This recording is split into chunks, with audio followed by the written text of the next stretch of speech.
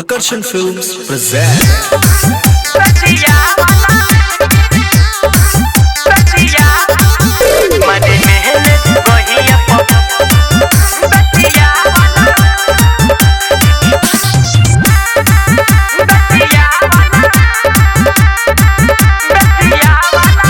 तोरा लहंगा के तुरी हसताला मदी मेहन जगहिया पभाला ऊपर से ऊपर तू गोरी तो नाच देखाइए के ढोरी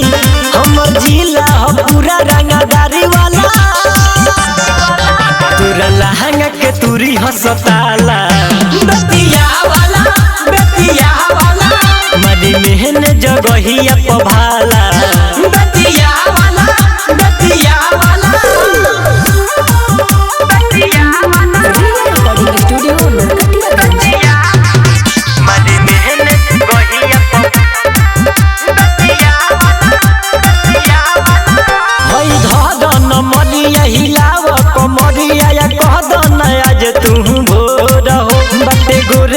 गाल लगता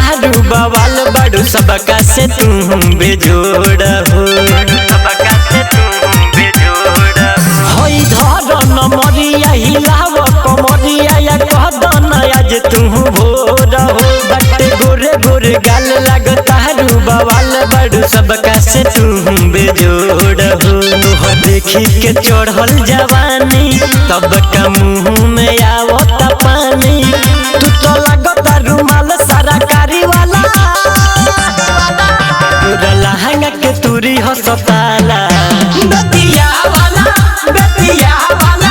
मरी मेहन जगहिया पभाला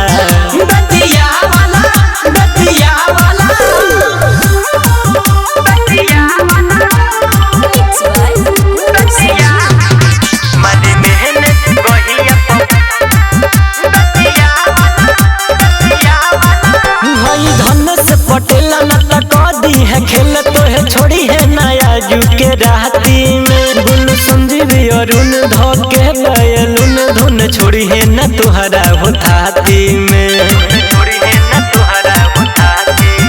भाई धन से पटेला न तक दी है खेल तो है छोड़ी है नया जू के राती में गुल संजीवी अरुण धोके बयलुन धुन छोड़ी है न तुहरा होताती में केहू छोड़ी न कर बुझे गलती सारा लइकन के चलेला चलती जनी बुझी हतु हम के मदारी वाला तोरा लहंगा के तुरी हसताला मरी मेहन जगहिया पभाला